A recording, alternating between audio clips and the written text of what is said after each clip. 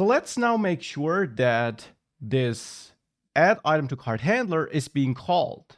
And for that, we need to go to the place where we want to call add item on our context object.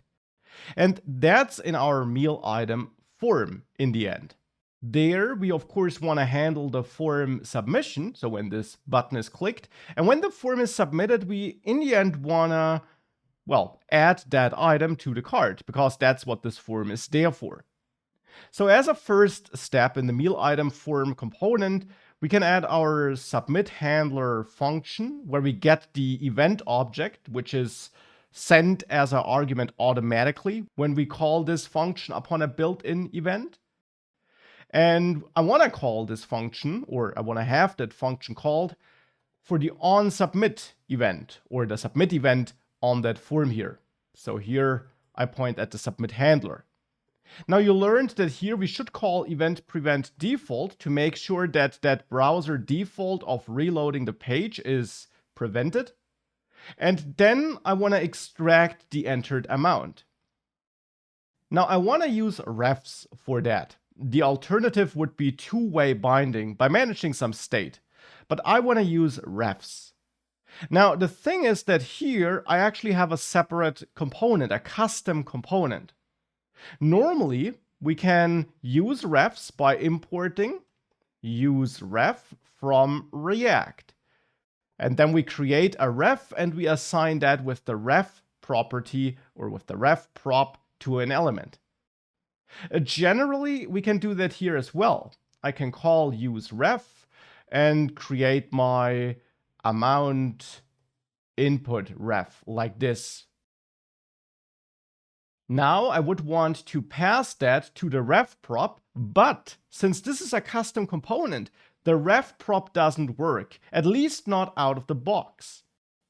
Instead, I also taught you how you can make refs work on custom components. I showed you how this works earlier in the course. All we have to do is go to the component where we want to receive refs. In this case, that's the input component in the UI folder.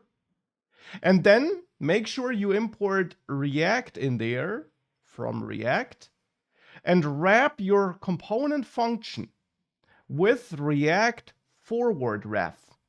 So that component function is now an argument to forward ref. Then you get the ref, which can now be set through the ref prop on your component as a second parameter here. And you can now use it inside of your component function to forward that ref to that input here. So here I can now set the ref prop on the input element to my ref parameter. And that's this forwarded ref, which is the ref which is being set here on my input component. With that, we can now get access to the input through refs. And that allows me to read that entered value in my submit handler function.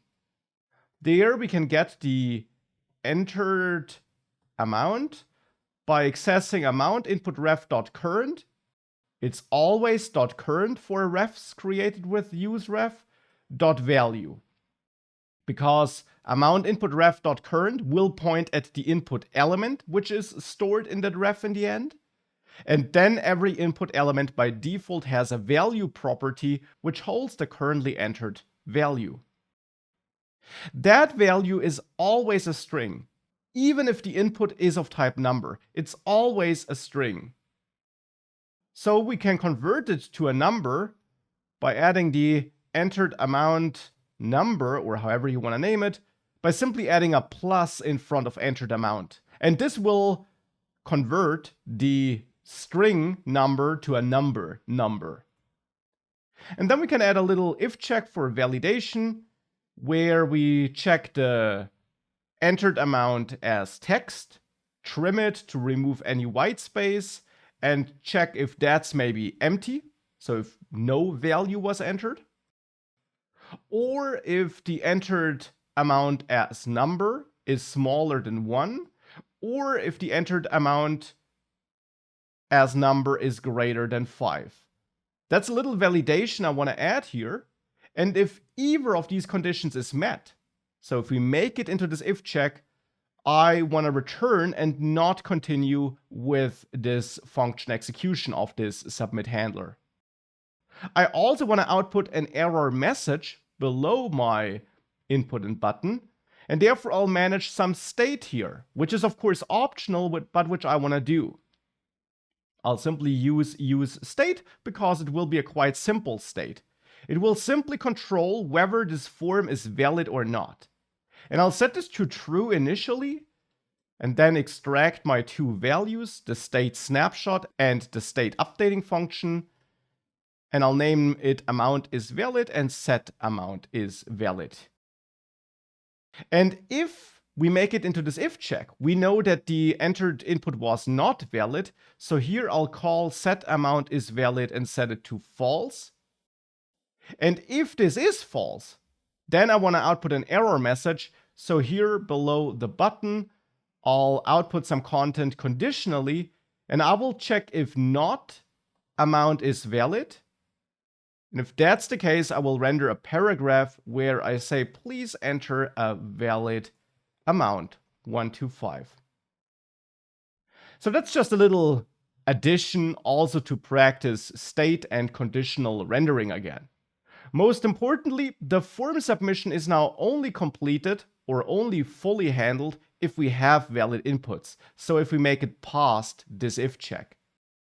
And here I then want to execute my context method to add a cart item, but I'll not do this in this component. Instead, here I will simply call a function which I expect to get on props, and I'll name it onAddToCart. And I forward my entered amount number. Because the cart item which I want to add needs more data than just the entered amount. In this meal item form, though, we only have that amount. We don't have the ID or name or price of that item.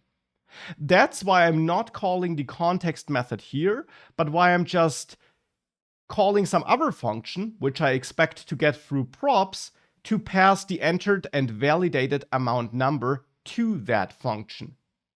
And now it's the meal item component where that function will be defined. Here I'll add a add-to-cart handler function where I get that validated amount as a parameter. And I pass a pointer to that function to the meal item form on that onAddToCart prop, which I'm executing in that form component. So here to that prop, I pass a pointer at this add-to-cart handler function. And now in the add-to-cart handler function, I want to reach out to my context. So therefore, in the meal item component, I also want to get access to my context. So here I will import useContext from React, and then simply call useContext. And we now need to import the context to which we want to get access.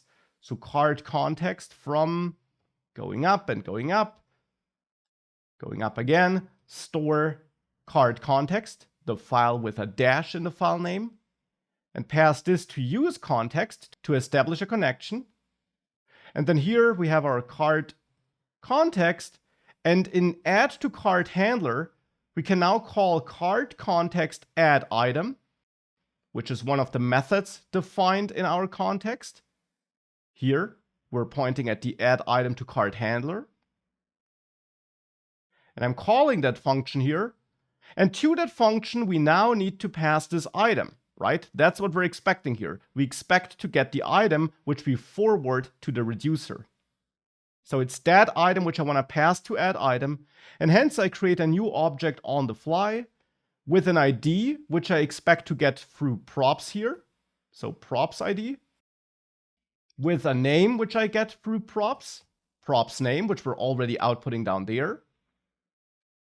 We don't need to pass on the description, but I do want to set an amount field, which points at the amount we're getting here. And I do want to add a price field, which points at props price. Not this formatted price, but the price as a number, which we get on props. So now we just need to make sure that we also get props ID, and therefore in the available meals component, where we render all the meal items, I will now also set a ID prop and forward meal ID. And with that, we should be triggering that context method whenever that form is submitted. And that should then add items to the cart. So if we save this, we reload, if I click add here, you see that batch number updated. And it updates whenever I click add. Now the cart logic isn't the final logic I want to have yet, but at least we can see that the context is already working now. Now let's make sure that here, when we open the cart, we are outputting the actual cart.